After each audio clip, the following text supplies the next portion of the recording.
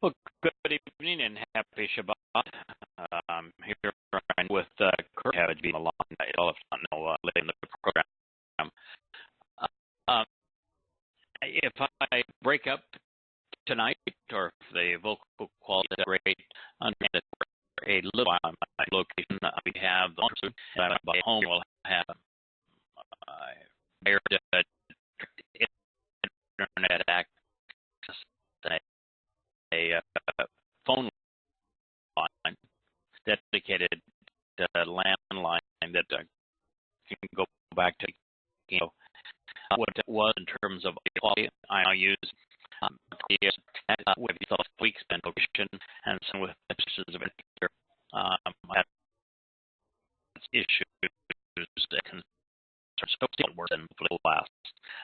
Again, to show a couple of them. First is that somewhere between 10 and 15, I wrote that we're already witnessing the alliances that will frame World War III. And what I shared is that it's now obvious that after the American invasion of Iraq and Iraq to Iran, lots of power in that region in favor of the Sunnis, that the world, as a result of oil and pipelines and military alliances, is going to evolve through Russia and China allied with them. Of course, by criticizing Russia, blaming them for doing what America has actually done, by speaking against China and trying to isolate China, and are also putting financial embargoes against Iran, America has placed those three countries together. And that's a very formidable alliance, Russia, China, and Iran. Well, this week, they began military operations together, which is exactly what we foretold. The quote from Iran is, "The message is of this exercise is peace." I think that's really the underlying purpose of every military operation, correct? Mm-hmm. That's why they carry guns. More weapons we know, more people we are. And friendship, the other part of this. So this exercise is peace, friendship, and lasting security, cooperation, and unity. And it's like we show Iran cannot be isolated. Their admiral, I can pronounce his last name if my lieutenant Tani said on state television showed that it was a Russian warship at in with the Chinese calling the three countries a new triangle of power in the sea. That's exactly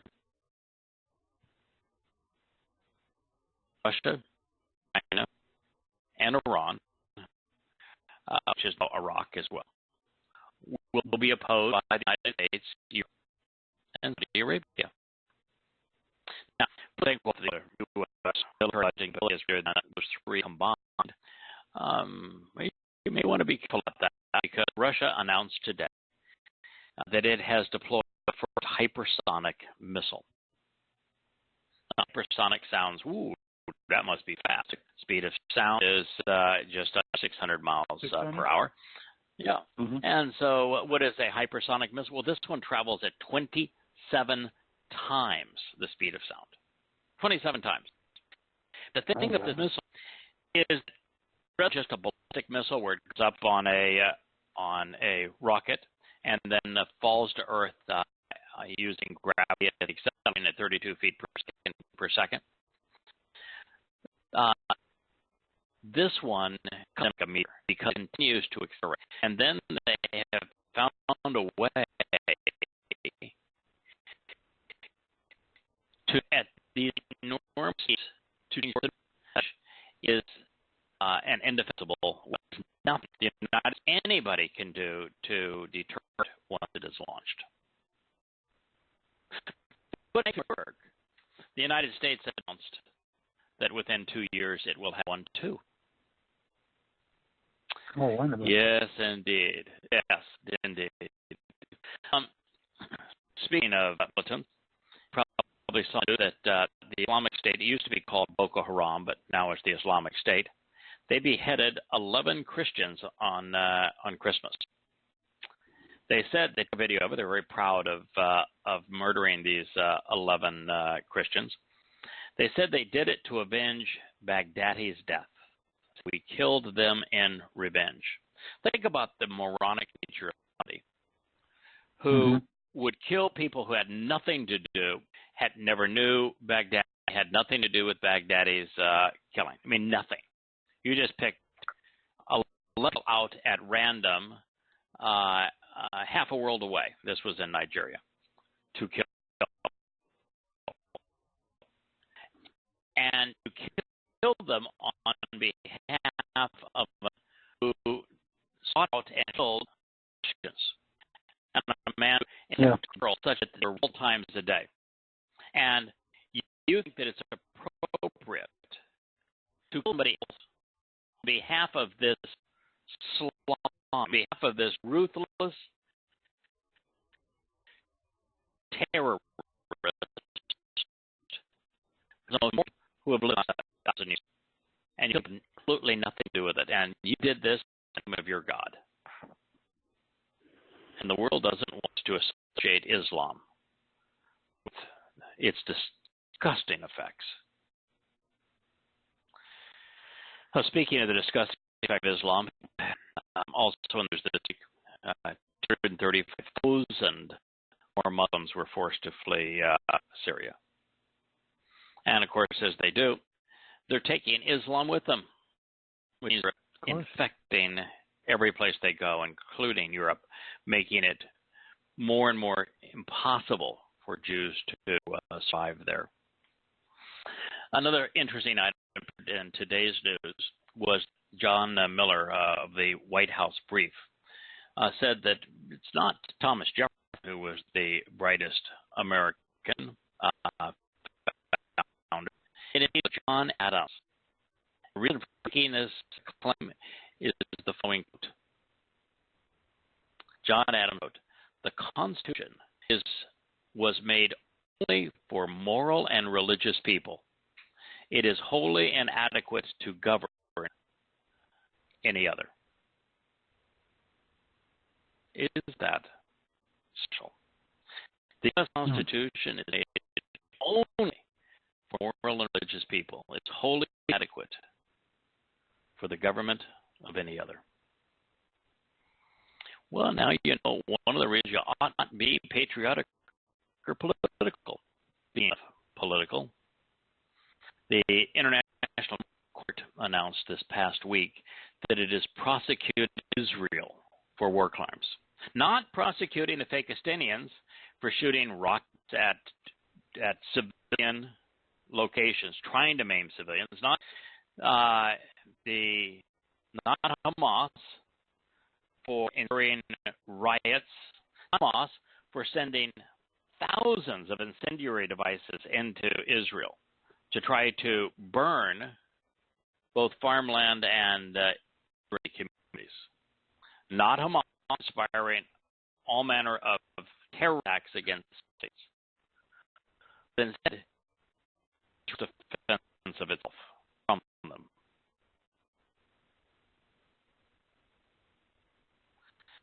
In a rebuttal, there are no victims, no terror, only a Palestinian narrative that tries to roll responsibility for Israel. Plaintiff and international say is biased to Israel.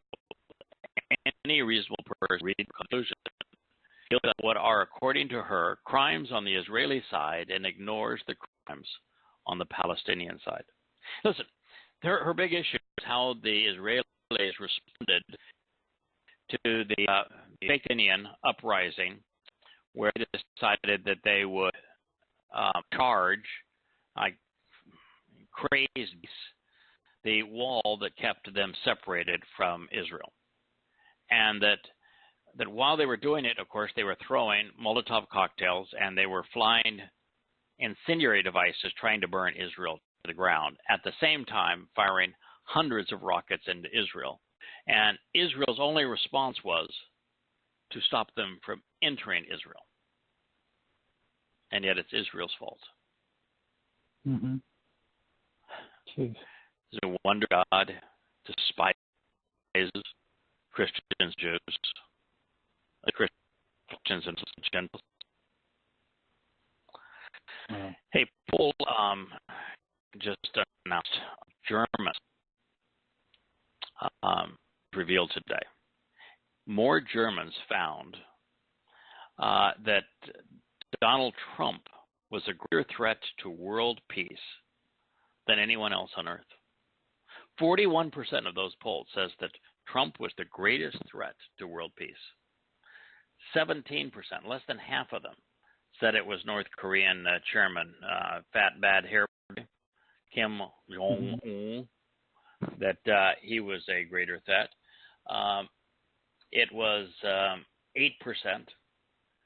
one-fifth of that number, said that the Iranian Supreme Leader Ayatollah Ali Khamenei, that once Israel destroyed, was a greater threat.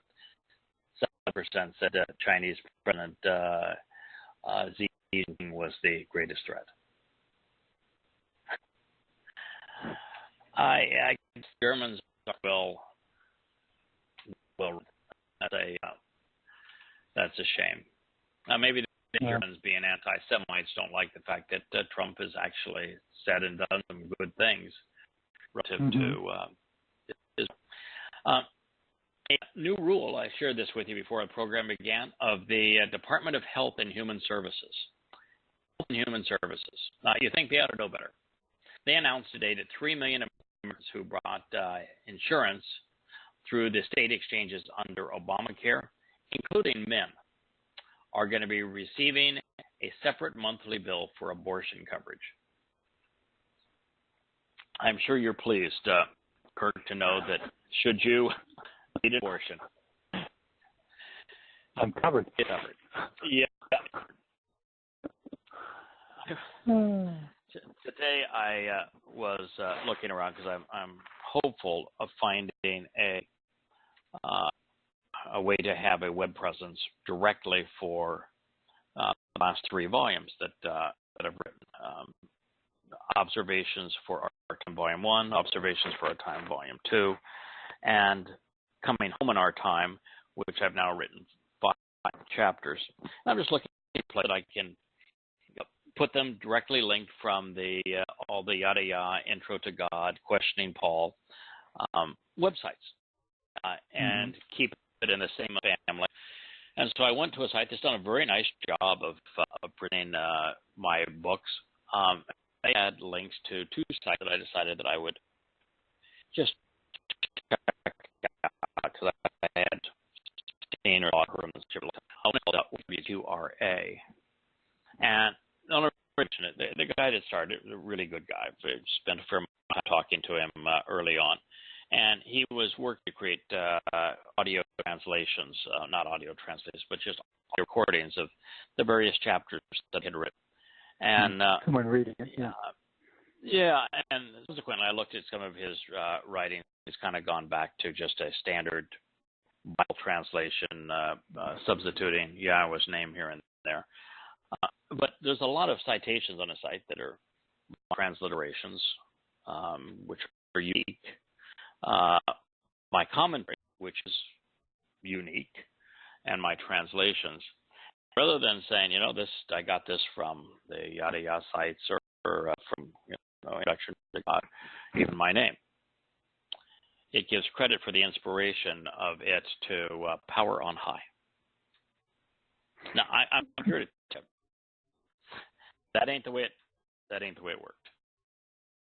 But I'm sure he has an affinity for rank and Power on High. So I went to the Power on High site, and it begins by saying that it's devoted to Yosha. My translation of Yosha's name is quite unique, as Ma'aseh, which was a concept that I came up with years ago trying to deal with the fact that there was never a reference to Yoda being the Messiah.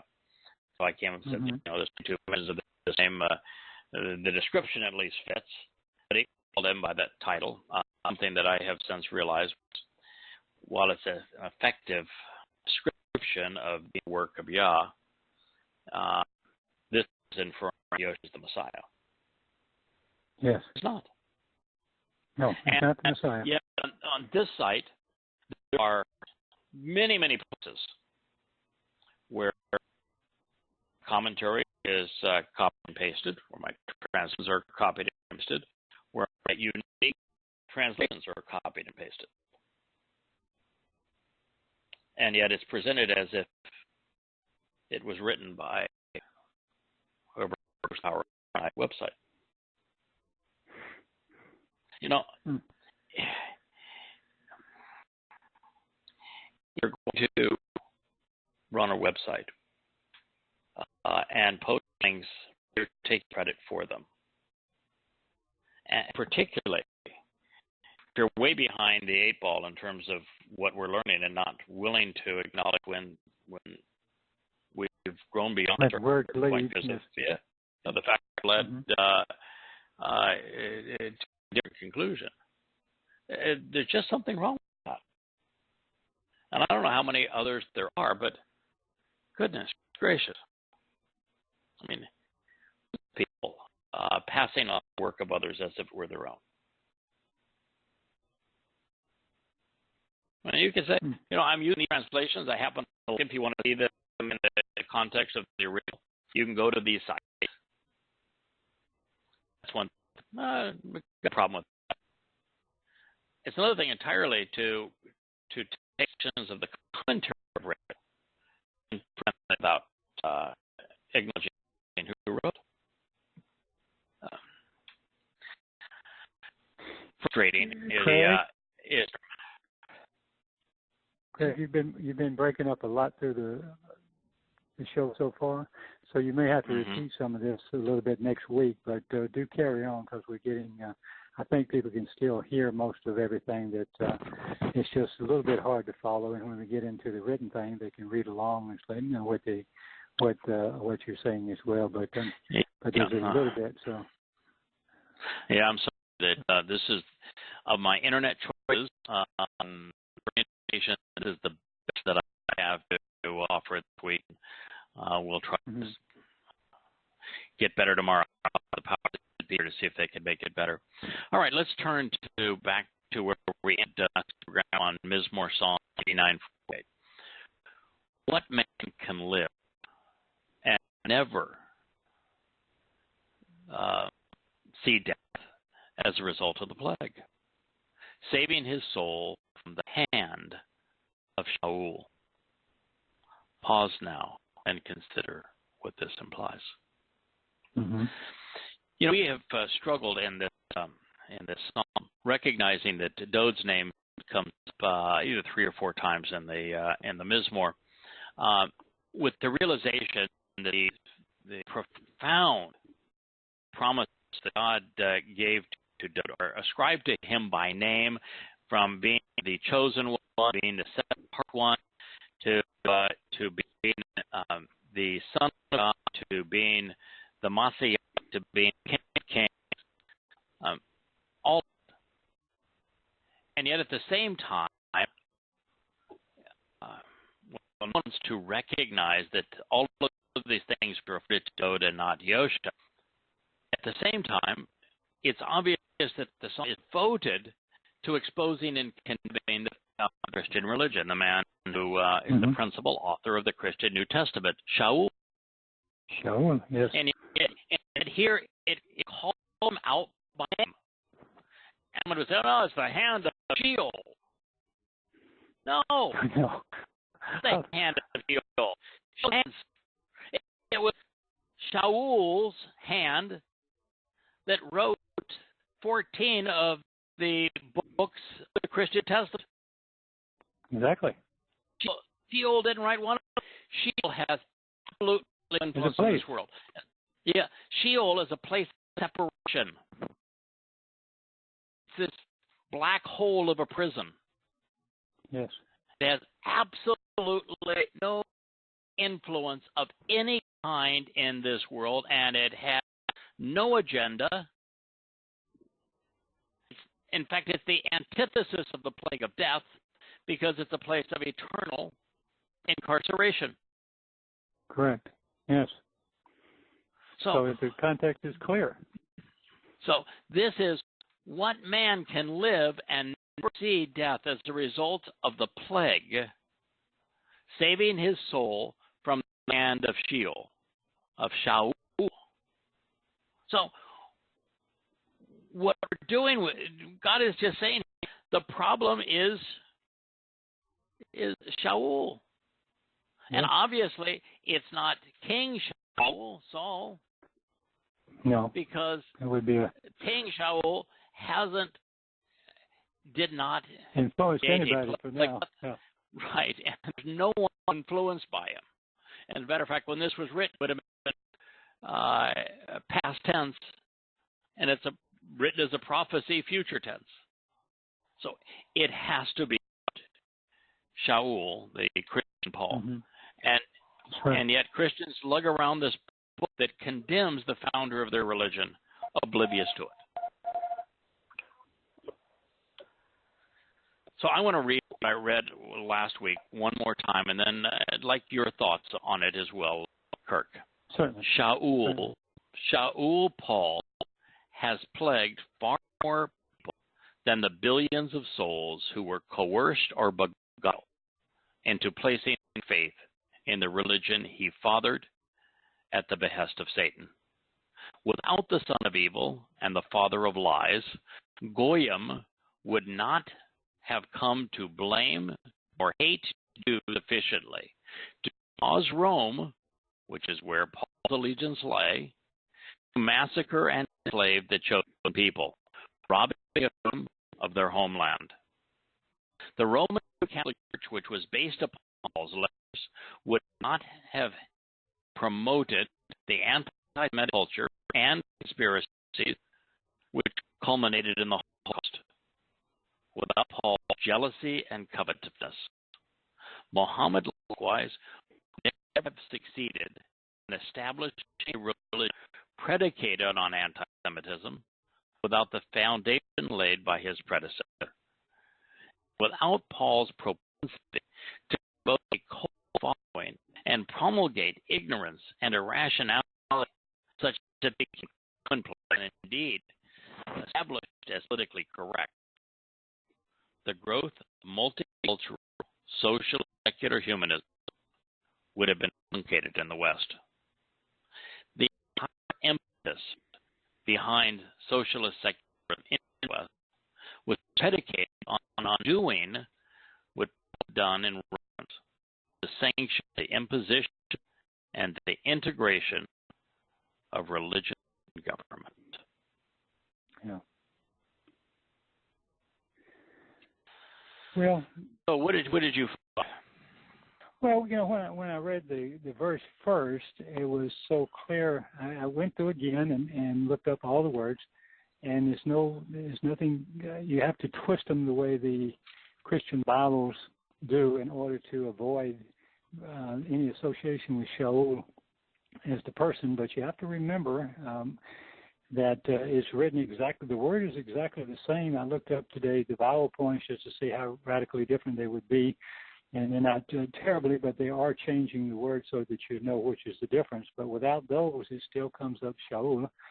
So we know it's exactly the same letters. And as you stated, it's very clear. You cannot have, he doesn't, Shaul, the place, black hole doesn't have a right hand.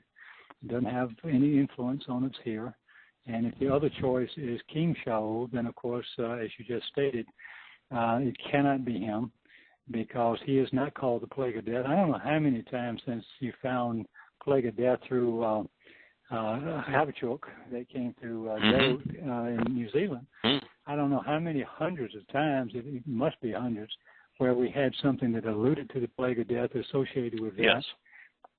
So it's clearly mentioned all the way throughout there. I looked at the commentators today as well on what their response was to this passage, because I was struck by that paragraph so strongly. And they turned it into the place of death, as if death is in the grave and Sheol is reaching out to grab hold to you, some kind of nonsense. But of course here, how can they call it integrated into Kirk when even by their own definition, their hell is a place of, they know it's a place of eternal incarceration. How can it be if you're going to be? It can't be death if you're going to live there, whatever capacity that would be in your soul. So that is correct. It's kind of ludicrous.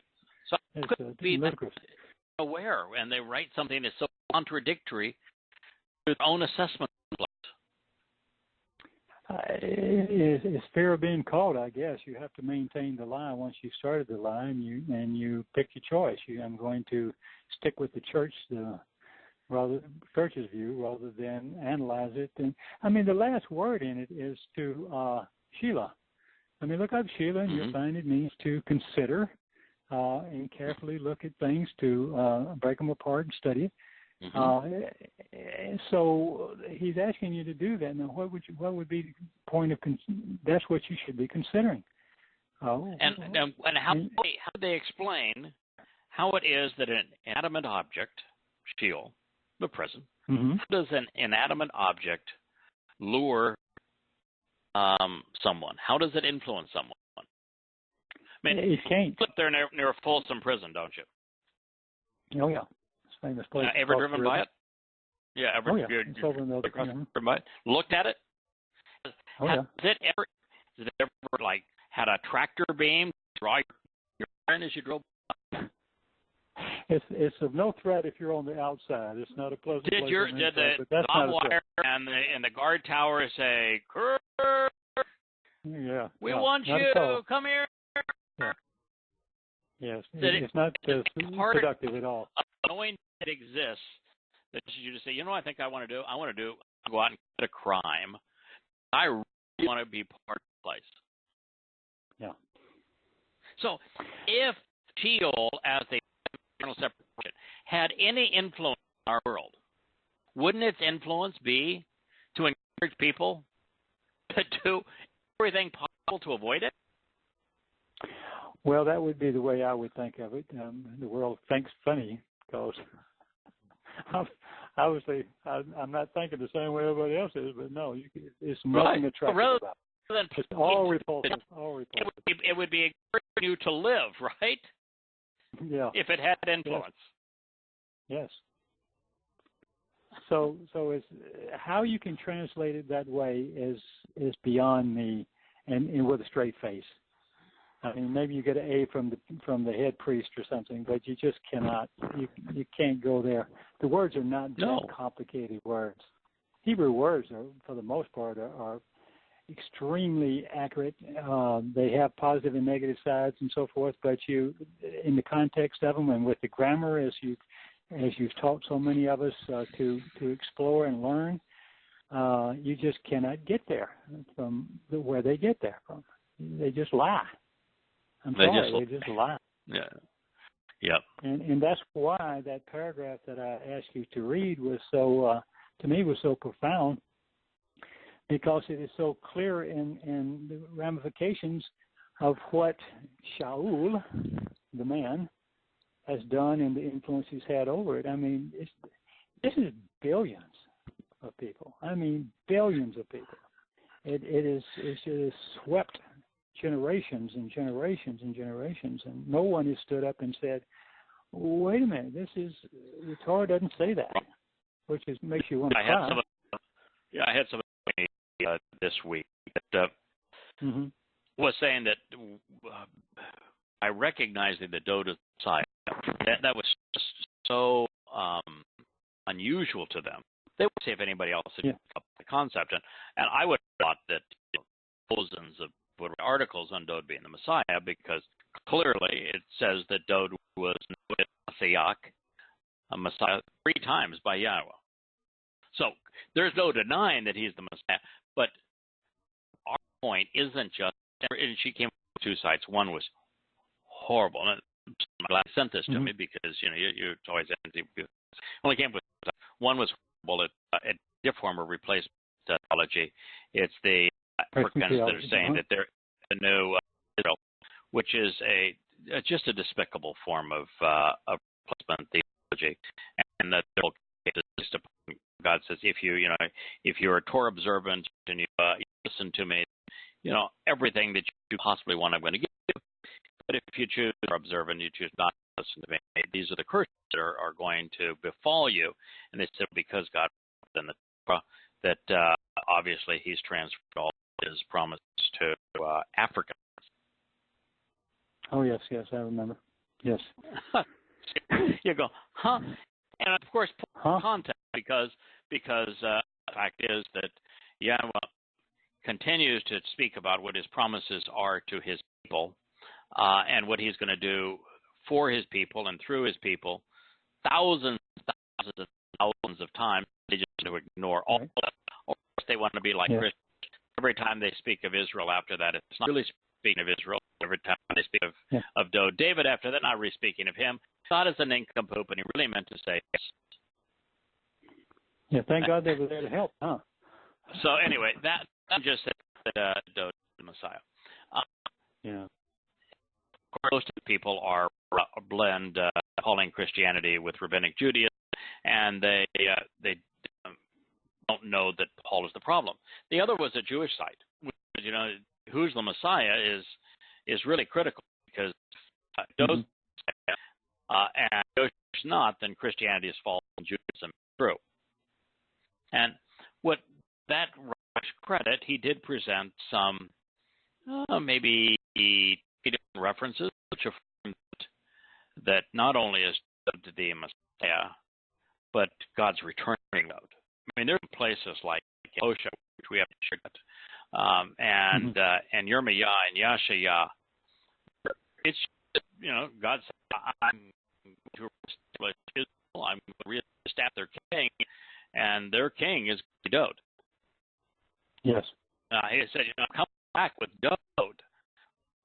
Now, he was unable to make this Jewish writer was able to make the connection that is like the 9th Mizmor, which he cites, is not just this pertains to Dowd. The big issue is that the world's most popular religion was created by usurping the promise that God made to Dowd and giving them to the mythical character that becomes the center of this new religion of Christianity. That's the issue. It's not. Well, that's what. I'm sorry. Go ahead. No, that's what I found in the commentary. I mean, they talk about Dowd's position, and then they say, and then when they say the inheritance, the people of his inheritance, his children, that becomes the church, and they mention that, and then Dowd is just once again. The easiest way I can explain it is in a convoluted sort of way, they talk about him being a placeholder, to Christ to prayers. It's just like they just. So that it's frustrating. That, it's really frustrating, but I mean, that Yahweh has absolutely no capacity to say that the Gentile church inherits my promises. Why would he say that if it was true? Well, that's right. I mean, if he's prophetic, why does one never mention the word Christianity or church or Christ or Jesus or the fact that he is reneging on his promises if that were true? Yeah, why wouldn't he just say that I don't like that plan, I'm going to this plan, so more of you can be saved? Say, I made these promises to Abraham and to Ishak and Jacob and to the nation of Israel and to Yehudim and to Dowd. I've made all of these promises for 1,000 years to them. But lo and behold, those dastardly Jews, they killed me. They conspired to kill me, and because those dastardly Jews conspired to kill me, I am reneging on every one of us I made to them, and I went to the Gentiles. Yeah. But I've told people to avoid at all costs. Yeah, a child could argue that. Who made the law that conspired to kill me? I reward a Gentile church for lying and convincing themselves without any evidence to this validity of the idea that rather than presenting the Pesach lamb, Jews in their entirety came together and plotted to kill God. And based upon the preposterous notion, this preposterous notion, I am going to reward those who lie, and I'm going to transfer all of the promises that I made over 1,000 years to people, and I want them all condemned so that I can give my promises to the very people I told them to avoid at all cost, and people who are a religion that was conceived by the plague of death, father of lie, and son of evil. It makes God an absolute nincompoop. It makes him petulant. It makes him, somebody and totally unreliable. Absolutely. Capricious. So the debate's really simple. The first one, you start out with Shabbat, and you say, you can't kill God. So let's question if he's the lamb, and what do the priests do on Pesach? They present the lamb. They take the lamb to slaughter. So correct. That's what the Hebrew priests did. They presented. If you want to argue that they're terrible because they presented Yahusha to the Romans, who slaughtered him, even though they said he was innocent, which makes them the dogs of the world. Kirk, you missed the whole point of the story, though. When you're dealing with the Exodus, and Yahowah has decided that the proper way to remove his people from the crucible of human oppression is that we're going to have the Passover lamb become the way to life. So the moral of that story is after sacrifice the Passover lamb and then nurture it, and then disposing of the unedible parts later that night. All burning it up.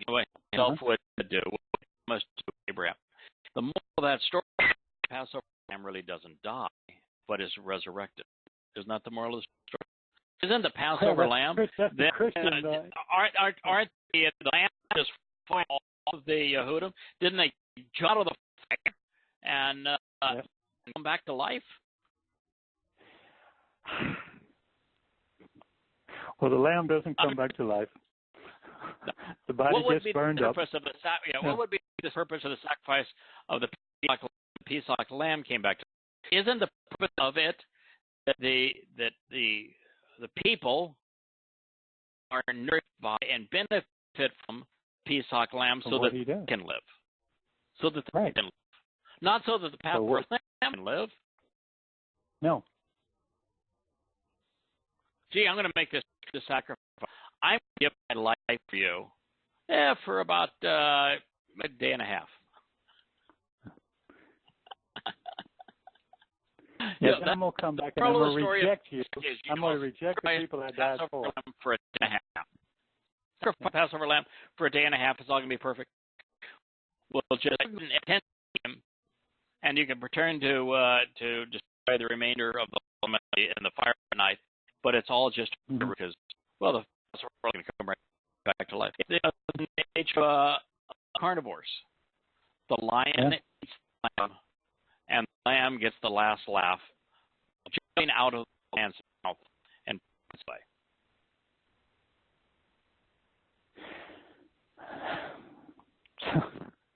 Well, if you can buy that story, and I'm hoping that enough of this is going through where people can do it, and we'll cover more next week. I hope if we have to do a little bit to give a little clearer line. But in essence, what you're saying is that how ludicrous it is if you raise him back up after the body's been destroyed, it was supposed to be that way. He's delivered by the priest because it's supposed to be that way. He is slaughtered, yes. That releases his soul. Yeah, his soul is released so that it can go into Sheol. Sheol is not death, therefore he didn't die. You can't kill something that's attached to a spirit. In this case, it's attached to the wrong spirit, but that's how you get into Sheol. You have to have the sin of the family, and I do like to say the family as opposed to the whole world because he didn't die for the whole world. He only has to have the sins of the people that want to be with Yahweh. He doesn't have to take Hitler's sin or anybody else's. No. That is not part of the family. So that's so he's taken those into there for us, and paid the price. He's paid the ransom. His soul is released. His soul had never died, and that's reunited with the set apart spirit. And whether we see a manifestation of Yahushua again or not is not really important, because Yahweh said from the beginning that he is returning, not Yahushua. Let's be real clear. He says he knows it. He knows what his name is. Maybe most of the world don't know what his name is, but he sure knows what his name is. And he's returning, and he's coming back with Dowd. And he's told us approximately when he's going to come back. It's pretty easy to figure out if you know some key dates. And he's coming back, and he's going to place his Torah, the thing that Paul doesn't have, into the souls of those. He's coming back rather for Yehudim and Yisrael. He's going to place the Torah in our being, in our souls, so that we can grow exponentially. I mean, it's so everything that Paul says, everything the Christian church has said, and my God, I studied it for 25 years. I should know what they're claiming. I haven't found anybody making up anything different. They still use the same passages, the same arguments, and you can still read them online. So the whole thing is ridiculous. So your commentary was that Sheol or Paul, the plague, which is what he gets called constantly, begat all of these things, the Roman Catholic Church, the anti-Semitic culture. I mean, that was a shocker for me to see that. That's really, I know there's anti-Semitism in a lot of places. I know the Greeks were not thrilled with Yehudim and so forth, but nothing came along as powerful as Paul flipping that switch over from we're going to take everything that he promised to Dowd. I just don't think anybody's ever been reading out loud to the world what he offered to Dowd and what he said about Dowd in the context of really the way you've been doing it for the last several months, and the fact that he's giving them. The key thing is to appreciate why it's important. What is it that Dowd said and did that so enamored God, that God was attention in this way, that caused Dowd to be the centerpiece of human history as it relates to Yahweh's message. If we want to please God, if we want to know God's will for our lives, if we want to be part of his covenant, if we want to better understand who he is, what he is offering and expect in return, that is impossible if we take everything he said and did. Dowd is the centerpiece. Yeah. Well, the key word is the last word in each verse where it says Sheila. When it says consider this, I mean, he's telling you this is what you should be considering. You don't. What can you learn from Paul? Absolutely nothing. Well, you know, it is. I told you before we talked that I talked to a very dear friend of Yehudim, and about this, and we've been friends since I moved to California, and it was I so wanted him to hear this because it was so, to me, it's so important to Yehudim to know that Yahweh was there all the time. Y'all just weren't looking in the right place. You know, and it's just, it is so wonderful. I mean, I would think they'd be on the top of the roof shouting, "Thanks, Yahweh." You know, finally, I've got the ammunition to tell these people to go jump. you know. Yeah, you look through the news, everything except this. Yeah. Now, all that trivia that's important, but that is not. Right. Now, the next line reads, "Where is your unwavering love and enduring mercy, chesed, which was expressed first and foremost in the beginning, Rishon, which you promised Shabbat to Dowd, the beloved, in harmony with your steadfast commitment to being trustworthy and reliable, my upright one. In harmony with trustworthy and reliable nature, speaking of the unwavering love and enduring mercy Yahweh had promised to Dowd." Yeah. That's the explanation. Yes. Yahweh took an imperfect man who's still passionate about learning, excited about relationship, devoted to understanding and sharing what he learned about God. And he took this man and loved him unconditionally, unwaveringly committed to him. And the reason for that is that Dowd's life and Yahweh's interaction with him revealed Yahweh being consistent, reliable, trustworthy, dependable, faithful, and genuine. Dowd's song, lyrics, every aspect of his life reveals this trustworthy and reliable nature of himself. And he never wavered. Not on that. Not on those grounds. His relationship with Yahweh was straight all the time. And he did a lot of lousy things, but not he never missed the boat on that or tried to twist a word. You'll never find him saying anything but great platitudes to his father, which is Yahweh. And he was always telling the story straight. I mean, gosh, and he did it beautifully. Of course, he was more eloquent than any of us could ever be, and brilliant, but and inspired on top of it. But still, in all, that's what love. I mean, what's not to love about the guy? If you're Yahweh, that's great. And first I want to apologize here. I've gotten a number of emails that says that the audio quality is really poor tonight, and I'll see if I can find some kind of an interim fix next week.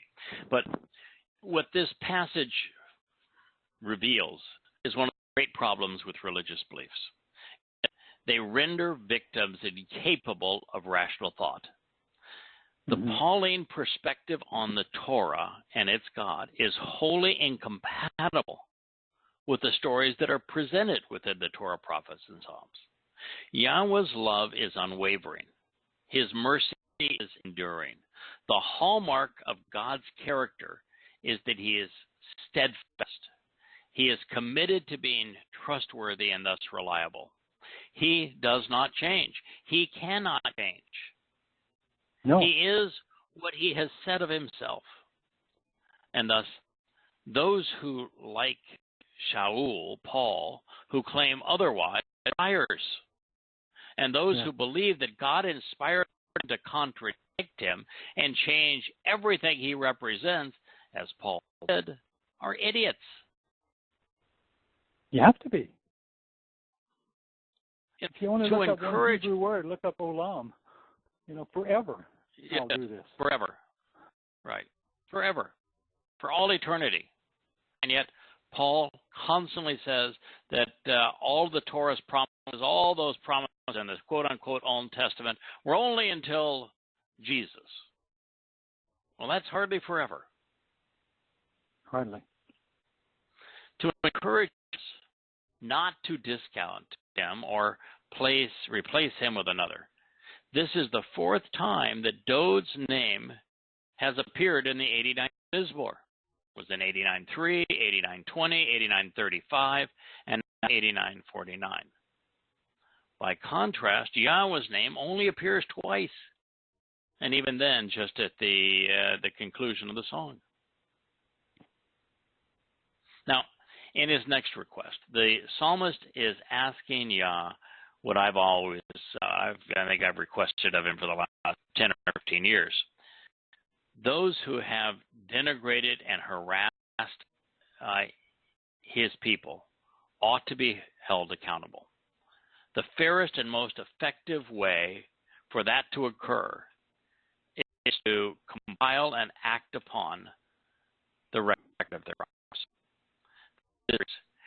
Choose to remember and elect to be mindful of the contemptible and condescending taunts and the dishonorable and deplorable decrees which were determined by all of the many nations and the preponderance of the people against those who work with you, which I have brought to bear, and my best judgment, my upright one.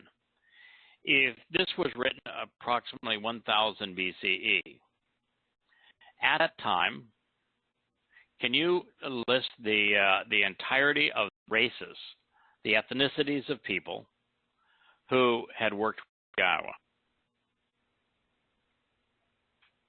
1000 BCE. Yeah, about 1000 BCE. Yeah. In fact, I could take you all the way up to probably in the range of to a very short time ago. What was the ethnicity? What was the Yahudim? Yes. Are you? Yeah. Yeah. 100%. Does Yahweh have a prophet? It's not a Yahudim. I'm sorry. Does Yahweh have? Does Yahweh have a prophet that's not from Israel? No, not one. No, not one. So the people who work with Yah, your co-workers, like Dowd was, for example, Yahweh said he's my co-worker. Yahweh's co-workers are all Israelite. Yes. The vast preponderance of them are the tribe of Yehudah. Mm-hmm. But they're all Israelite. And yes, so this person is writing things that are contemptible and condescending, taunts, dishonorable, deplorable decrees against those who work with Yahweh, against Jews. And they're being written by all the many nations and the preponderance of the people. Well, all the many nations and the preponderance of the people are non-Jews. Correct. So this person is in a deplorable and condescending and dishonorable way, encouraging the Gentiles, both in their national organization and individually, the majority of them, which would be, the two largest religions, the three largest religions, are Christianity, Islam, and socialist secular humanism, to oppose the people who are Israel. And that's what is being brought to bear by the psalmist. Yeah. That's the fight. From God's perspective, the battle is between Christians in particular and his covenant people. That's the battle. Yeah. It isn't Christians against Jews. It's Dowd and Israel against the Point Church. Yes. That's the enemy.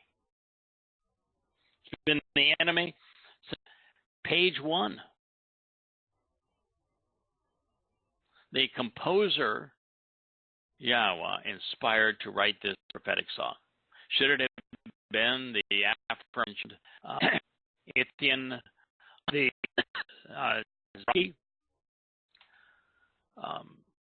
has laid out his strong case against Shaul Paul, one that will use to convict him. Like so many of us who have come to love Yah, we are not neutral or unbiased. We want justice.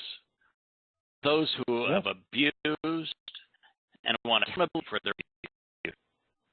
He wants Yah to expose and condemn Shaul based upon the evidence he has marshaled against him. So do I. This was written to affirm Yahweh's love for Dowd and to reveal his animosity towards Shaul. But it is a bit more than that, because Satan has also used the likes of Akiba and Hadrian, Muhammad and Hitler, to oppose Yahweh's witness. The Christian New Testament and the Roman Catholic canon, the Talmud and Quran are not only counter to Yahweh, they're bewildering, which was their purpose.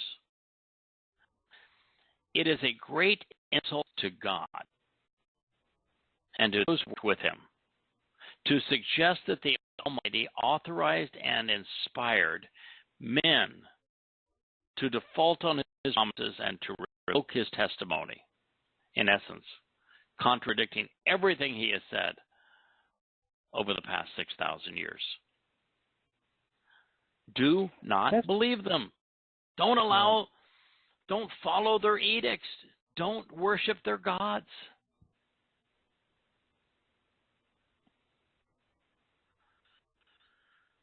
That is because... Sorry. Go ahead, Kurt. Go ahead. No, I was just going to say that's the easiest argument I've ever found to present, and no one has offered anything but to walk away from it.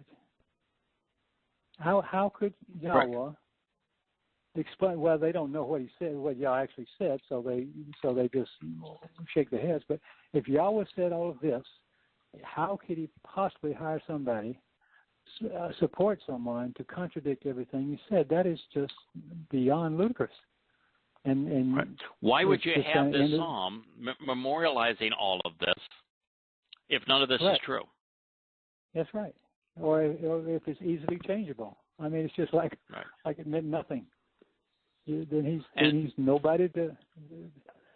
And then what you always pointed out too was, but in addition to that, they're using the Towrah of God to give them authority to present their case. And I'm going, I beg your pardon?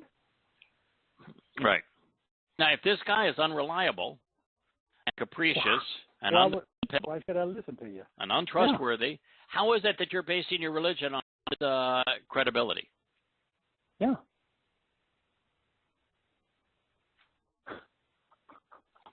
A God so stupid, he doesn't know the name or the title of your alleged God. Because he never mentions a Jesus Christ. And your organization, the Christian Church, is so goddamn important that in thousands of pages of prophetic testimony, he never once mentioned you.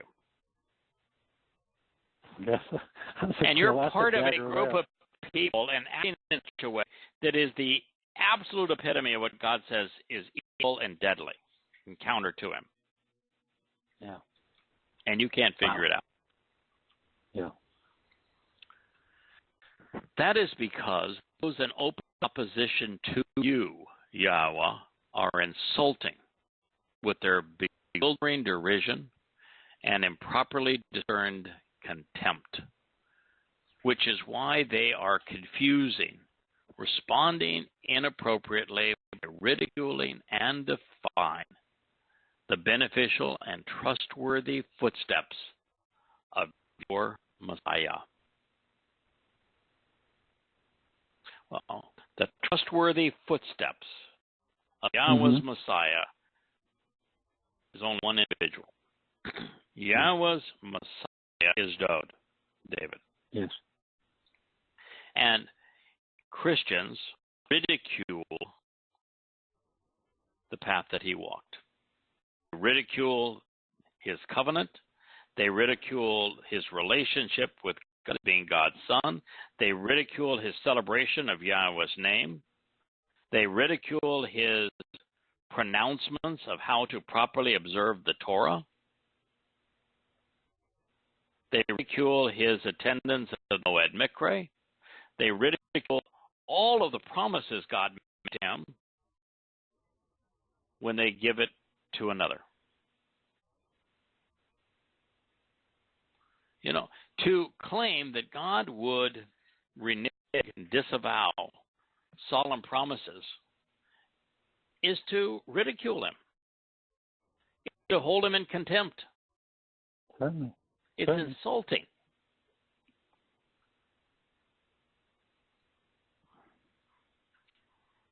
To remove Yahweh's name from Yoshua's name, it's insulting. To claim that Jews killed God, it's insulting.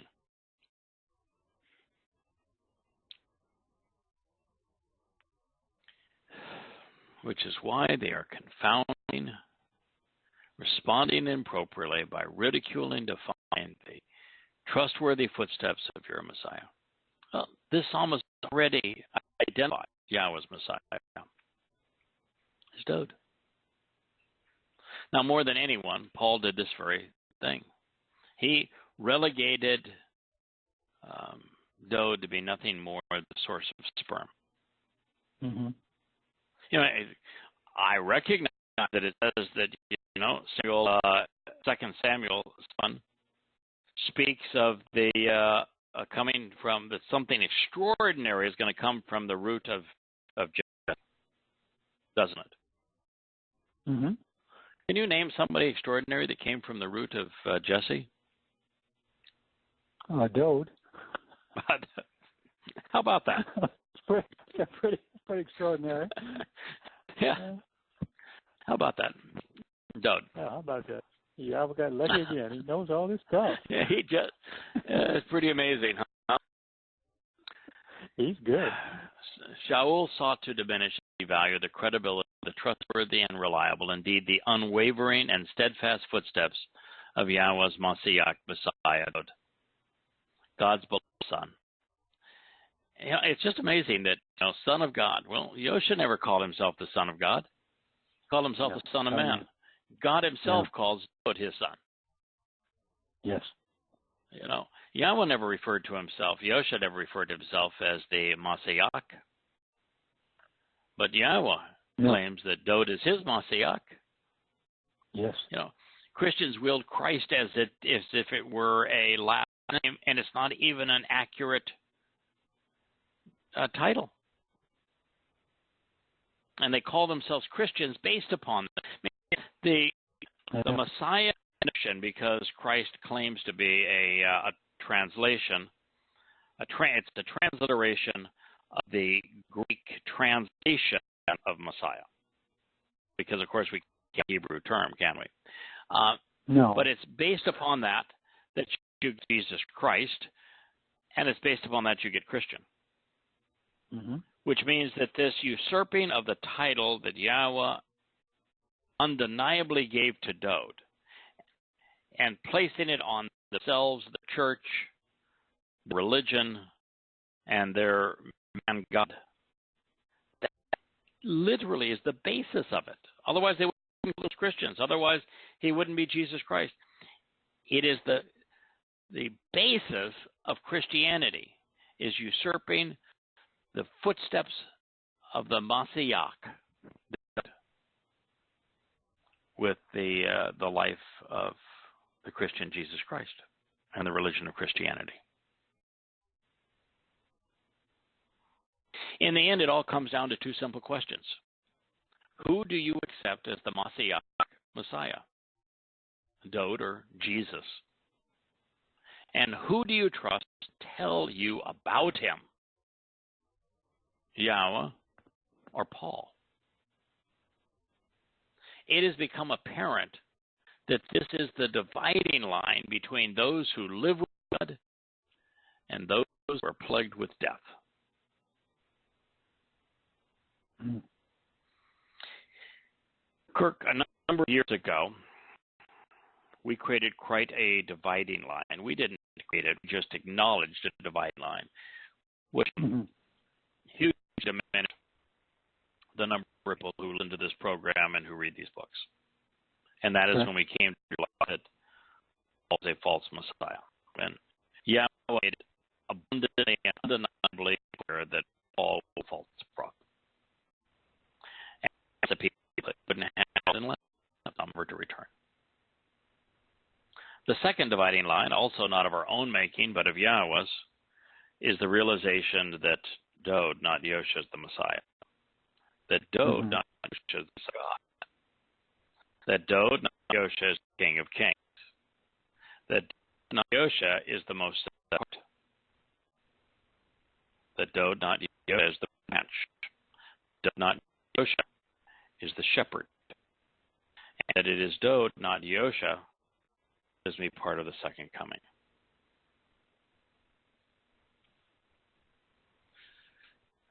It wasn't our choice.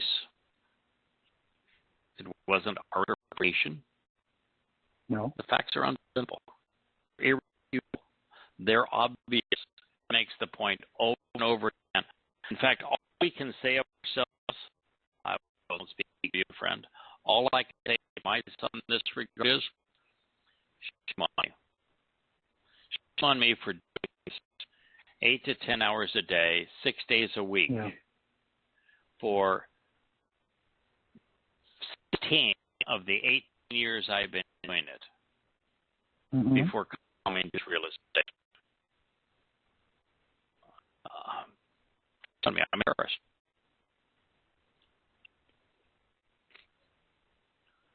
The interesting aside here is that since Yahweh has provided the reference, let us cite the fact that Yahweh, the forefather and namesake of Israel, that name was based on Akib, to supplant one's to become unwavering, and thereby providing a reward by being trustworthy. As was mentioned way back at the transition of Samuel 7 to Mizmor 9, that was a number of programs ago. And between the 37th and 38th statements in this psalm, when Yahweh went from commendation to condemnation, Dowd represents Yisrael in addition to Yahweh in the covenant. And this is being reinforced with a Keb. Keb is the beneficial and trustworthy footsteps of your Messiah. You know, he embodies the whole thing, whole family, Yeah. Listen, I know I don't want to sound like a hypocrite here saying, because, I just claim that Dowd represent, well, he doesn't represent Yahusha, but Dowd not only represents himself, because now it's constantly speaking of Dowd's descendants. Dowd was king of a united Yisrael. So he represents not only Yehudah, but Yisrael. And it also represents the covenant. So I can note the Mashal, the Proverbs. And the Proverbs are father, mother, and son. And as a father and loving and mother speaking to their son, Dowd is that son. And he represents the Son of God. That story in the Mashal of father, mother, and son is the story of the covenant. He represents the covenant. In fact, in the 9th Mizmor, Yahweh actually stated that Dowd is the living embodiment of the covenant. And he represents Israel. And something Yahweh affirms. I should see him in all of those roles. Now, God created the universe to conceive life because he wanted to enjoy raising a family. And in Dowd, he got a son he sought. They had a beautiful music together. This is the last line of the 18th Mizmor, 52nd second statement. Blessed and benefited and kneeling down in love to uplift is Yahweh forever. This is trustworthy, verifiable, and reliable. So this makes it clear that Yahweh is to getting down to lift up. If God is willing to lift up, why would we want to reverse that and say, no, God, you're an idiot. Oh, yeah, everybody wants your place. We should be back. Yeah.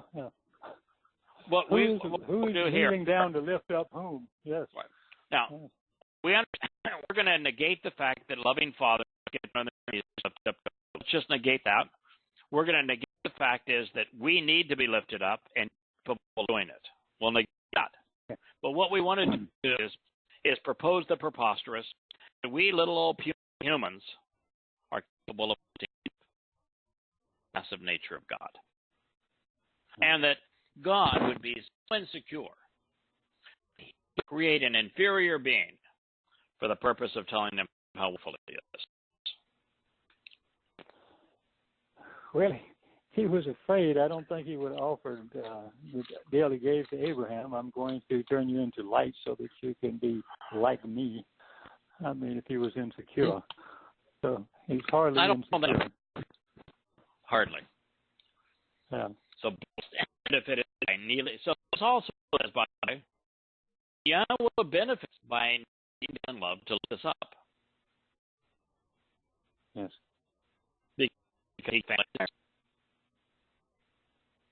Even when our children rebel against us, we benefit and we are blessed when we get down and lift them up.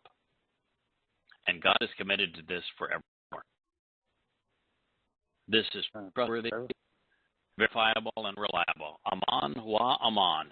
Surely this is correct and true, strongly affirmed and supported, easily confirmed, readily acceptable, clearly stated and implied, certain and dependable, as well as firmly established.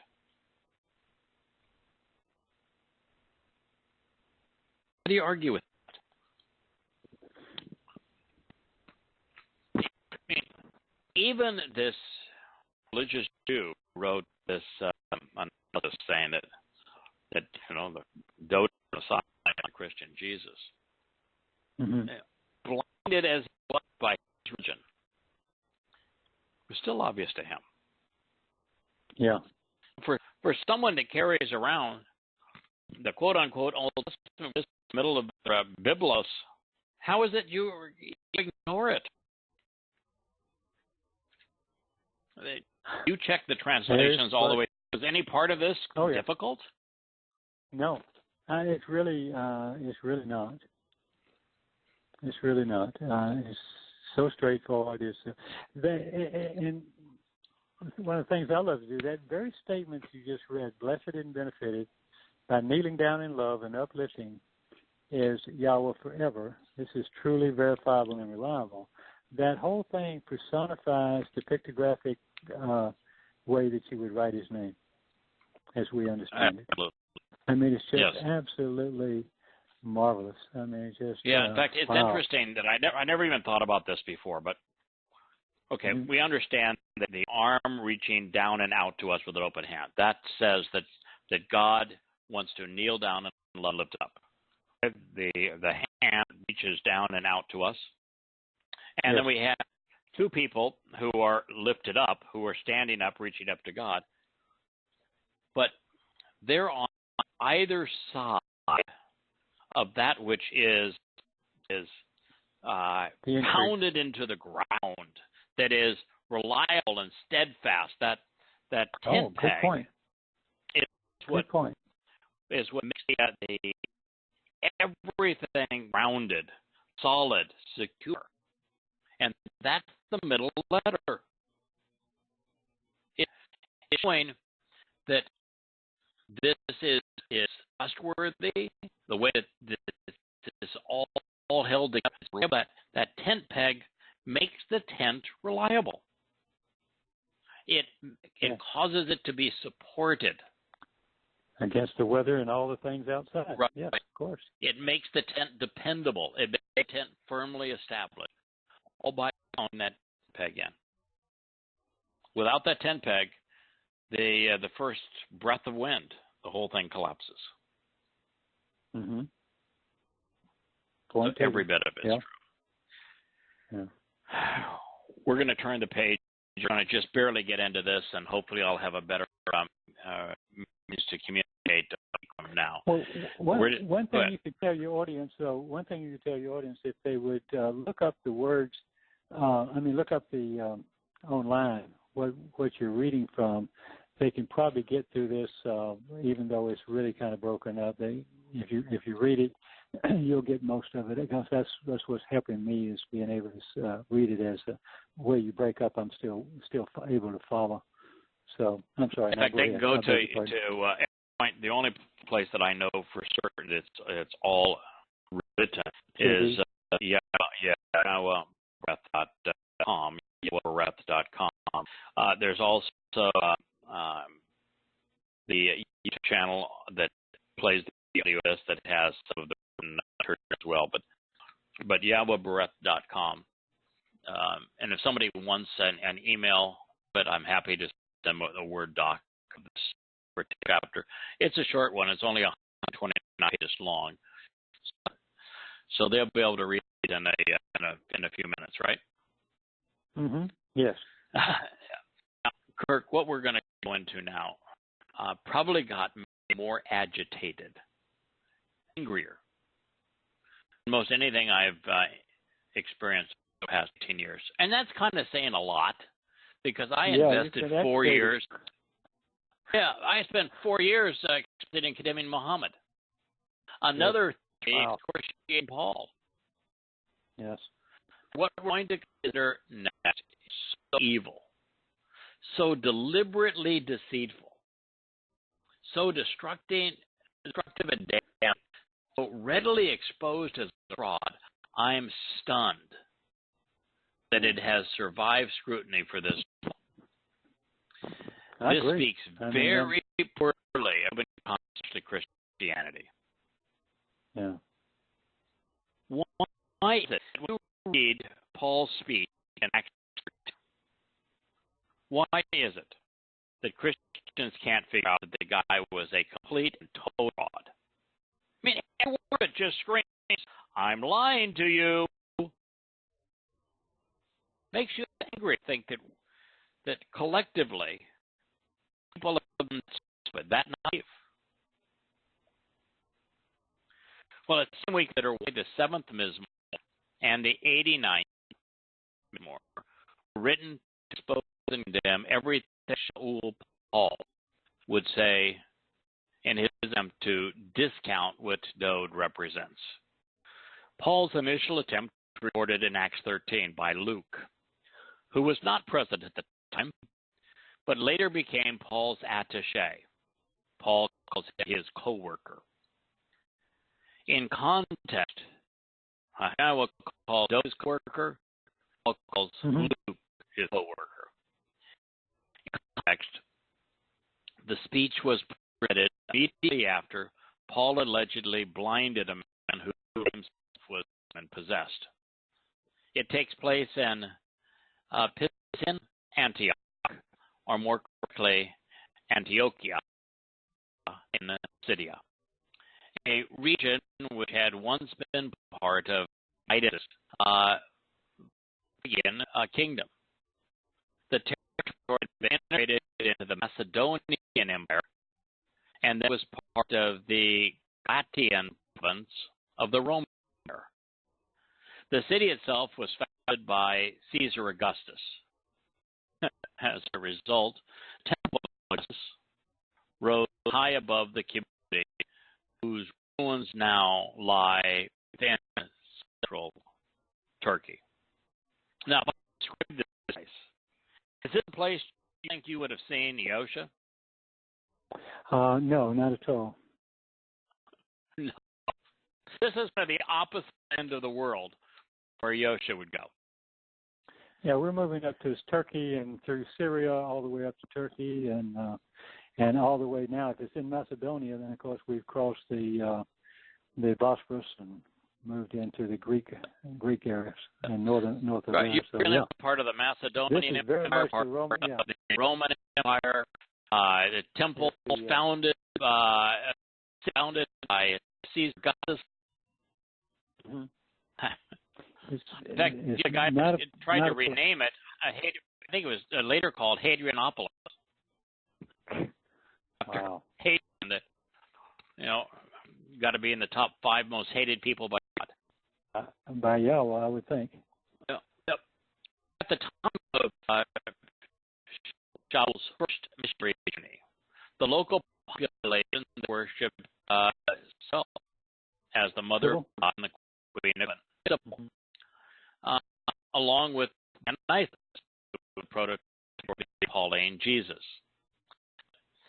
Speaking of Yahweh, this is a place you would never find him, especially since it was renamed Hadrianopolis after the most anti-Semitic and Paul wrote. It is patently obvious that Paul influenced this place in his typical malignant fashion. The story is all revealed to Luke again. From coast, Paul and his companions sailed to Perga and Pamphylia, where John left them to return to Jerusalem. From Perga, they went on to Pisidian Antioch. On the Shabbat, in the synagogue, and sat down. Now, by the way, the founder of Christianity who says that you shouldn't do anything in the Torah, and that if you do things in the Torah, you're condemning yourself. What in the hell was he doing going into the synagogue on the Shabbat? Mm-hmm. Aren't Christians into Sundays? What is the father of Christianity doing going into the synagogue? And by the way, the Romans who would follow him, remember John Goldman, we're going to learn all about him. Any Gentile that would go into a synagogue, he condemned. And if anybody observed the Shabbat, would condemn. That's my understanding. And that's what Paul was doing at this point. I mean, the only reason he would go in the synagogue on the Shabbat is to after reading from the law, actually the Torah, there is law from God's perspective. It's just Torah, and Torah teaching, and the prophets. Good advice. The leaders of this, and by the way, for Paul to call it law is growth in justice. The leaders of the synagogue sent word to him saying, brothers, if you have a word of exhortation for the people, please speak. Now, I'm here to tell you, if I were to walk into a synagogue, the leaders of that synagogue are not going to come in and say, hey, brother, you have a word of exhortation to the people, please. It's going to happen.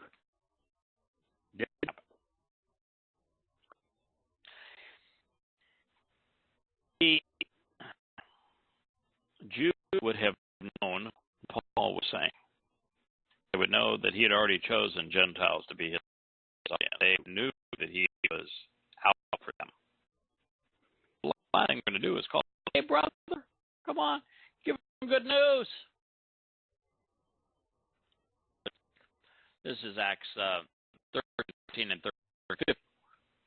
Standing up, Paul motioned with his hand and said, why would you write motion in his hand? Are we trying to think Paul as Hitler? Oh, got to rehash her gesture. Maybe he's going to be like the statue of Lenin, with the arm outstretched, motioning to the people. Standing up, Paul motioned with his hand and said, fellow Israelites and you Gentiles who worship God. That's odd. Were there any Jews? Or any Gentiles? No, there's no Gentiles worshiping God, and they don't worship God anyway. So, and they most certainly aren't welcome to the synagogue. No, they would not be welcome to the synagogue because they would be uncircumcised, probably, if they were in that part of the country. So no, they would not be welcome. So there's nothing there that could possibly ring true. Rabbis never solicited Gentiles to be part of their congregation. Just don't do it. I'm sorry. Yes. Okay. Rabbis Jewish rabbis do not solicit. They do not proselytize They do not evangelize. No. Don't seek Gentiles. As a matter, if a Gentile wants to become a Orthodox Jew, the rabbis will do everything to dissuade them, as opposed to encourage them. So, Israelites, Gentiles who worship God, actually those who know Yahweh understand that he does not want to be worshipped.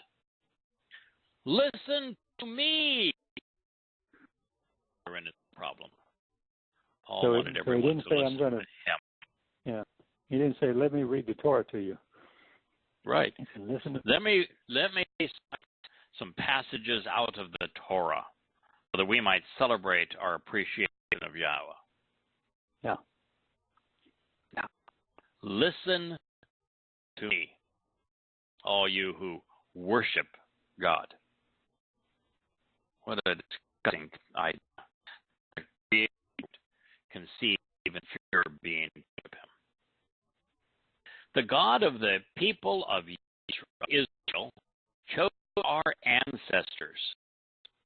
He made the people prosper. Actually, the people were impoverished slaves during their stay in Egypt. With mighty power, he led them out of that country. Just for a second. Do you think there was any Jew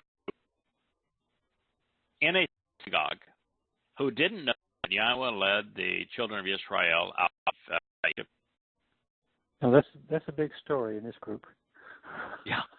So do you think that they needed Paul with hand gestures, listening to say, yeah, he led them out of Egypt?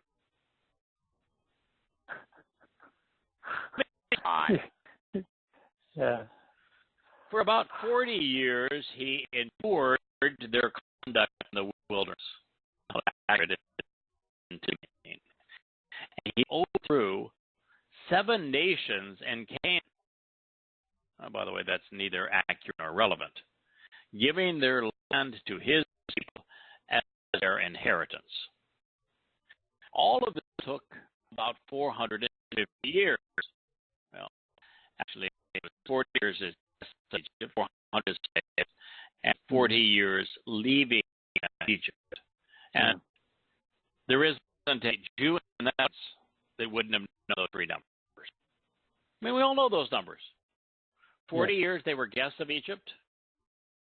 400 years they were slaves in Egypt. And 40 years they wandered the wilderness into the promised land after leaving Egypt. So why would you say about 450 years? I mean, maybe I'm nitpicking, but if you're going to pretend to write scripture and speak for God, get it right. Get it right. You know, you're speaking for the most you're claiming to speak for the most intelligent being in the universe. And the information is there for everyone to see. Don't dumb it down.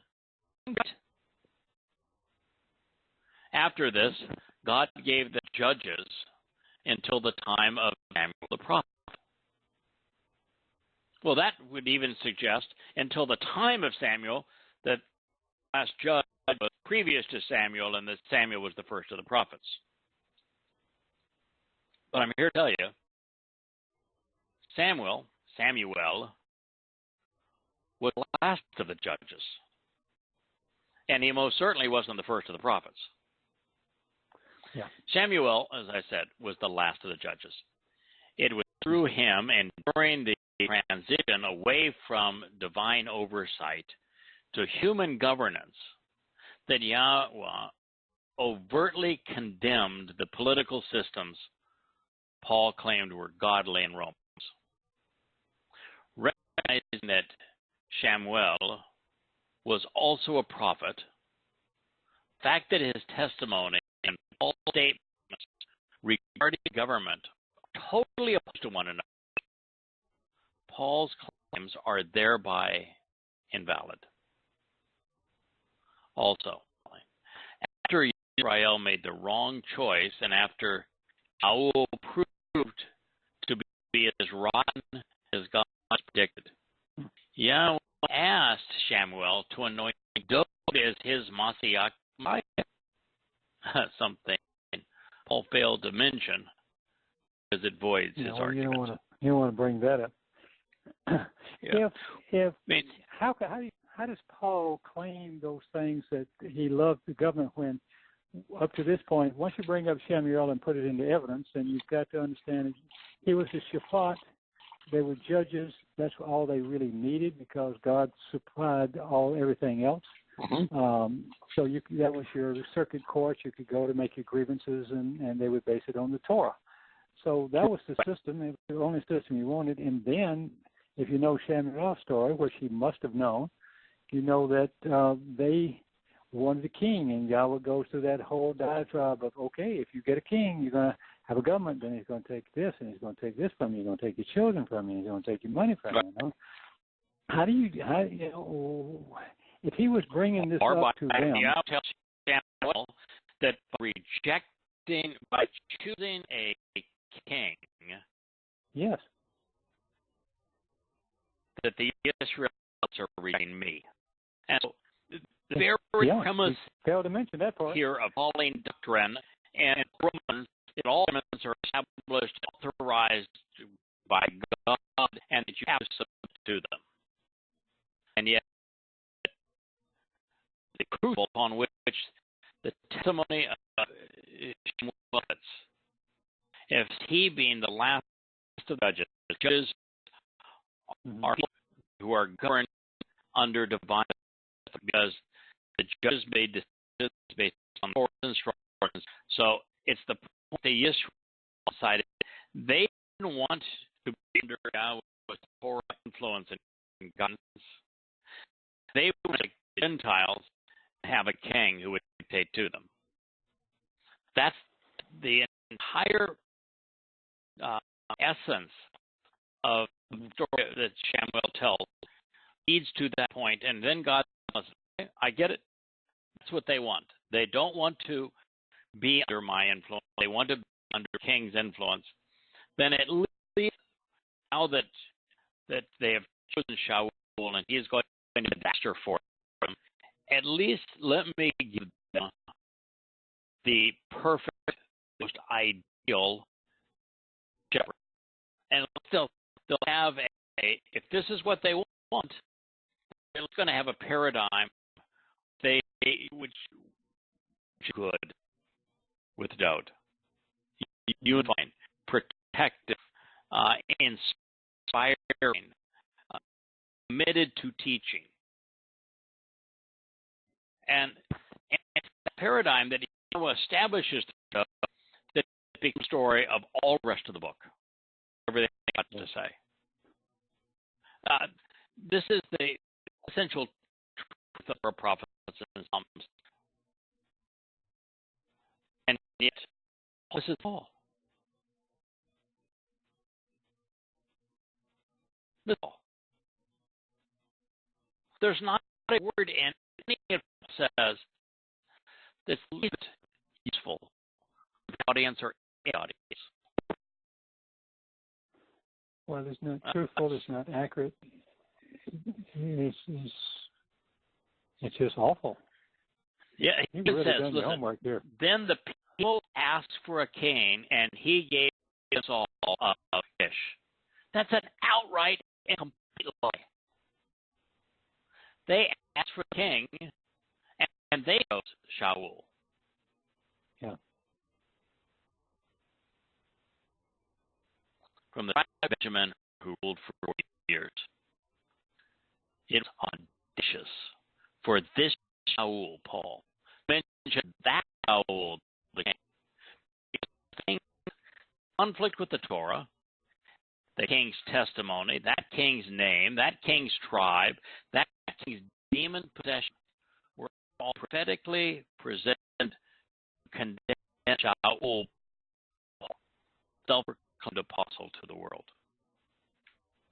A number of conflict in Dowd's life was with Sheol. All of these Psalms, all of God's testimony regarding Sheol and Dowd, establishes the legacy of what was predicted by battle between Sheol and Dowd, is now played out between Dowd and Shaul, the founder of the Christian religion. The only reason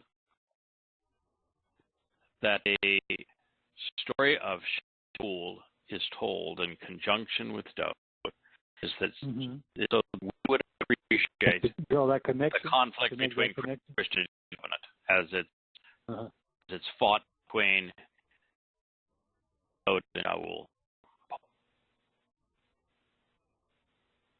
Yeah, I can see that.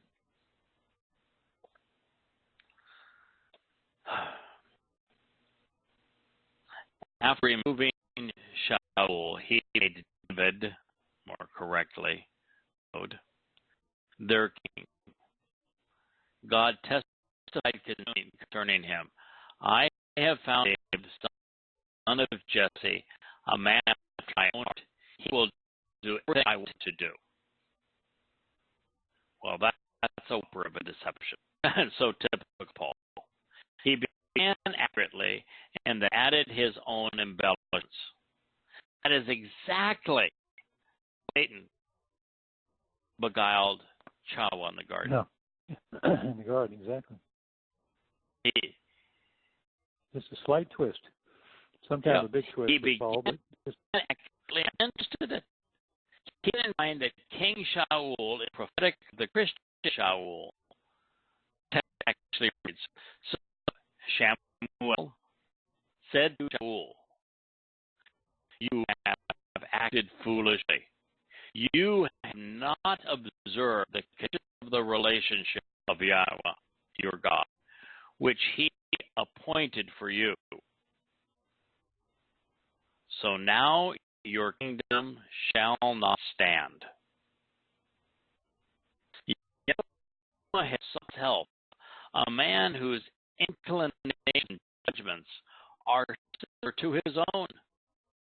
And Yahweh has appointed him leader over his people, because you have not closely examined nor carefully considered that which, to reveal the way to the benefits of the relationship, Yahweh established for you.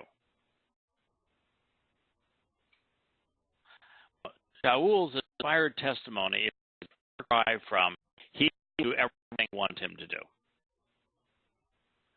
It was not a careless mistake. Shamar, translated closely examined and carefully considered above, is the same words Christians misrepresent as sheep, directly to Torah, creating the false impression that it was comprised of laws which must be obeyed. While at a small point among big issues, Dowd was the son of Yahweh. It was not stated in conjunction with this conversation, nor relevant to it, and thus inappropriately and incorrectly. Kirk, I think I want to stop there, and we'll pick this next week when we handle connectivity. And this gets worse and worse. At this point, it may be I'm nitpicking. When it comes to credibility, you get one detail after there's been about 15 details that's got wrong. He laid the foundation for his argument, which the Dowd doesn't matter. The Dowd is nothing but word. The Dowd's life is over. It doesn't matter. Every promise that God made to Dowd, he has given to another. He's laying the foundation for that, and this foundation is based on a pile of lies, where everything he said is twisted, out of context, inaccurate, and misappropriated.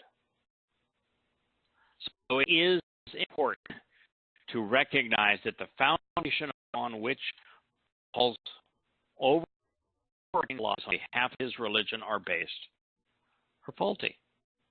And it's also important to recognize that you and I do everything we can to be as accurate as we can possibly be.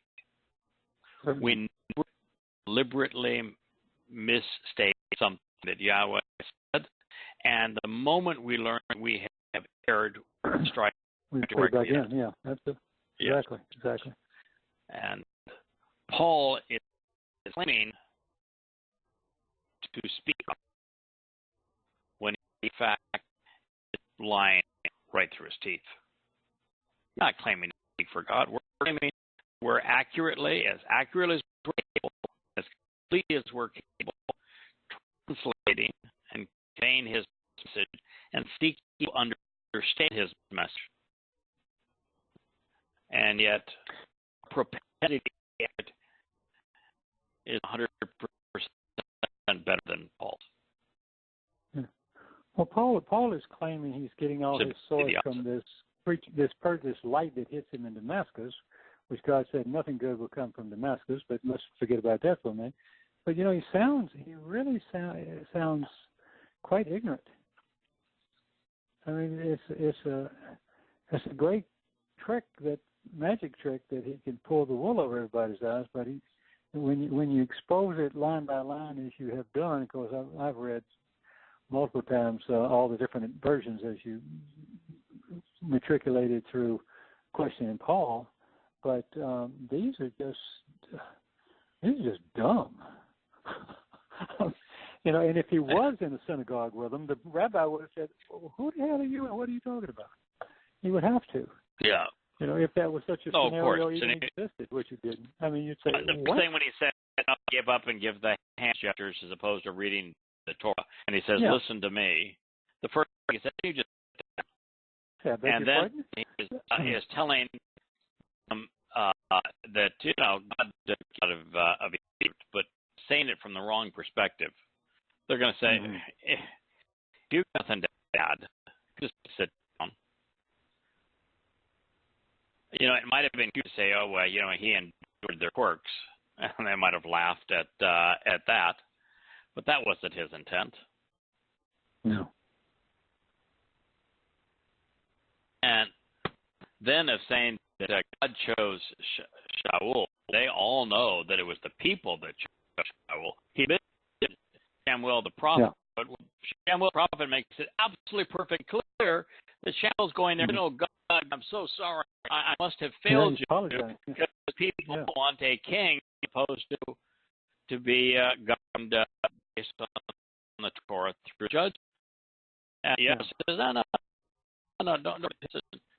I'm rejecting you. They're rejecting me, and I want you to tell them that if you choose this king, this is what this king did, and all the things that are going to be horrible government. And in text, God's answer is, "This is Dowd. He's my chosen one. He's my Messiah. He is the shepherd for my flock." And none of that did in the story. And said we should get a twisted version of, I'm sorry, but it's just not acceptable. If you're reading this, aren't you capable of saying that? I mean, a detail. Why do you say about 450 years when the time is so well known and important? 40, 440 there. 40. Mm-hmm. There's no common theme. 40, 440. Mm-hmm. It's 40 Bell in the time that Adam and out of Garden of Eden, the time that Yahweh fulfills Pesach, Matzah, and Bakurim, Yahowah, Yobel that he returns on the day of reconciliation. 2,000 years, right. Yobel is a really important time. Reinforced over and over again as the demarcation of an important era of time. And about 450 years misses the point. And on it goes. Jews did not stand up in the synagogue and say, "Listen to me." No. Oh, they would realm it, listen to me. But no, they first they dressed the Torah like it was all fancy wrappings on it, and they were rounding it up front. And then somebody will read from the Torah, and they do their stuff. But it says, "Hey, don't be passing."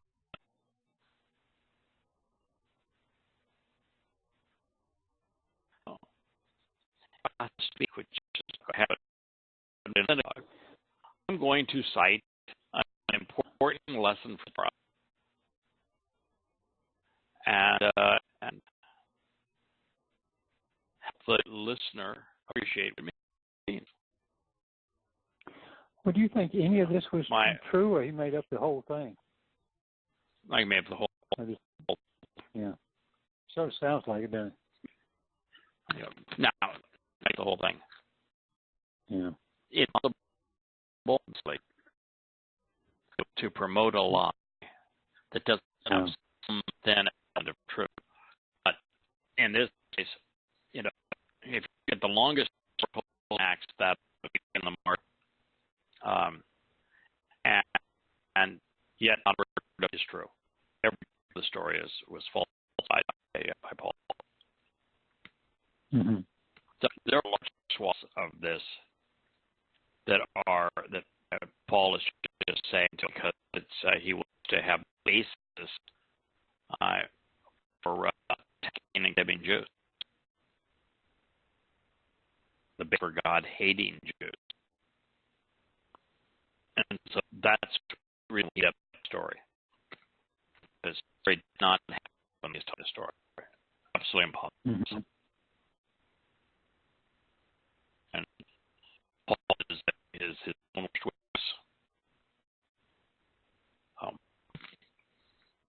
And it's going to, when you realize the story is told to degrade, to demean Jews, to establish a replacement theology, it immediately led us to trying to figure out why the Christian New Testament throughout, not just in Paul's letters, but throughout, particularly the book of Messianic, why anti-Semitic. Yeah. As we trace down the origins of Matthew, oh my goodness. Yeah. It's a wonder that people have left, that the church has left that so much of that stuff in there. I'm dumbfounded that. Surely they know that, Well, we clearly ascertained how it came to be in there. How much of the Christian Testament was written between 90 CE and around 300 CE. And how you'd have evidence for huge swaths of it before that time. And how we just specifically we traced the Gospel of Matthew and what existed to the time of Constantine and Eusebius and was added thereafter. And it's extraordinarily revealed how these books were compiled. And we're going to the fact that and I was wrong on this. I assumed that Matthew was one of Yoshua's disciples. He was. The name of the tax collector was Loe. Yeah. That was fascinating. Yeah, and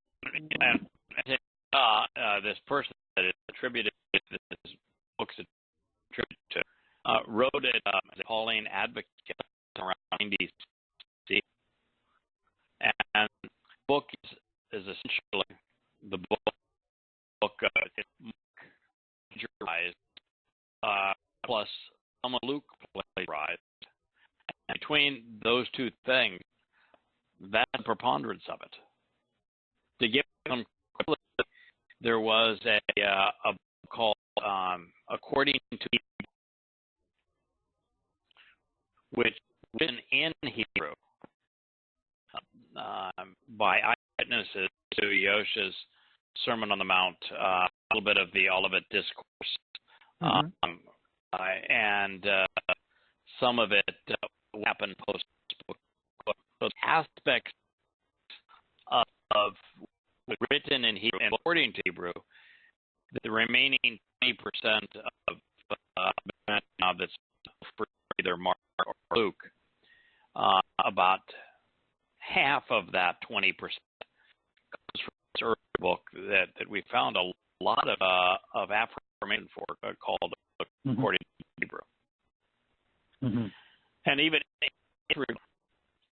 for example, the Sermon on the Mount was recorded, and it was why it's so contrary to the rest of what's on the yeah. And Hebrew. Go ahead. Well, no, just saying even the part where Yosha is quoting Dabarim, don't change. Even though he goes to don't change the jot and the tittle, it's the same sentence. Prior to that, don't change a single letter, don't change anything about the Torah. I mean, those are good. They're reinforcing, but gosh, to hold on to this New Testament other than to do what we're doing with it, to expose it, regardless of whether there's some gems in there or not, is irrelevant. It's just horrible. Only parts that have any hope of validity is some of what was written and according to Hebrew, and with in Hebrew what Yosha said, which would be basically through the Sermon on the Mount. Yes. A little of the rest is actually incorporated into the Gospel. So Matthew 7, but not everything, because the genealogies aren't accurate. And according to he didn't have the genealogy.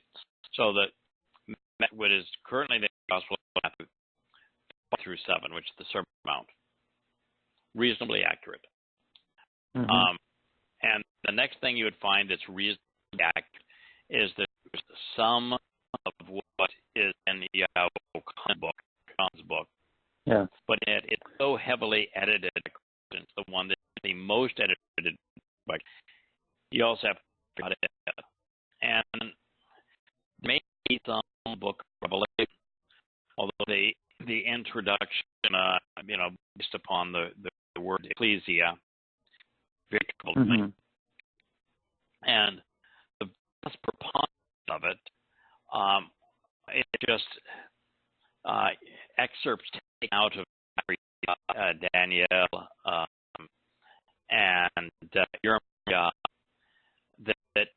and Yahshua, that I'm not sure it does anything good. Why not just read it in the Hebrew and the context that it was revealed? So I don't know how much of revelation that may be accurate. Well, you don't have to defend it. I think to say this is other than what you've done is rightfully so. Is said, well, let's analyze what they've said, what's created this monster, and based on everything you found, I mean, this just is like throw the thing, throw it away out of your mind. I'm not saying burn up all the books. Just go. You might as well say there it is. So if you're that dumb, go for it. But you can certainly say to them, just the Torah is complete, lacking nothing. There's nothing you could look for to know that is not there. You spend your time there and recognize that this is something to be walked away from, if nothing else. If that's all you get out of it, you got the main thing. Walk away from this trash. It's just horrible.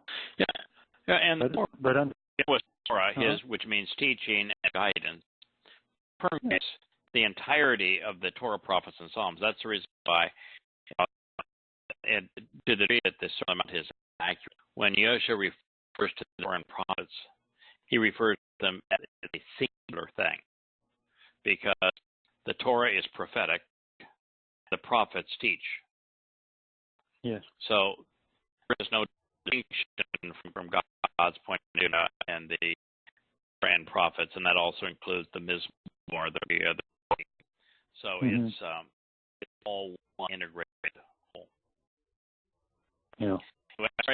For the bad interconnect, we hope that we'll get that resolved maybe somewhere here. That, I hope so. Yeah. We may have to revisit a lot of this again because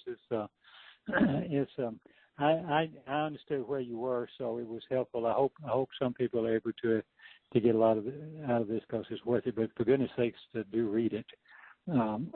Is remarkable stuff. It really is. It's just great stuff. All right. Thank you, my friend. We'll be next week. Good night. Okay, we'll see you next week. Shalom, shalom. Good night. Good night.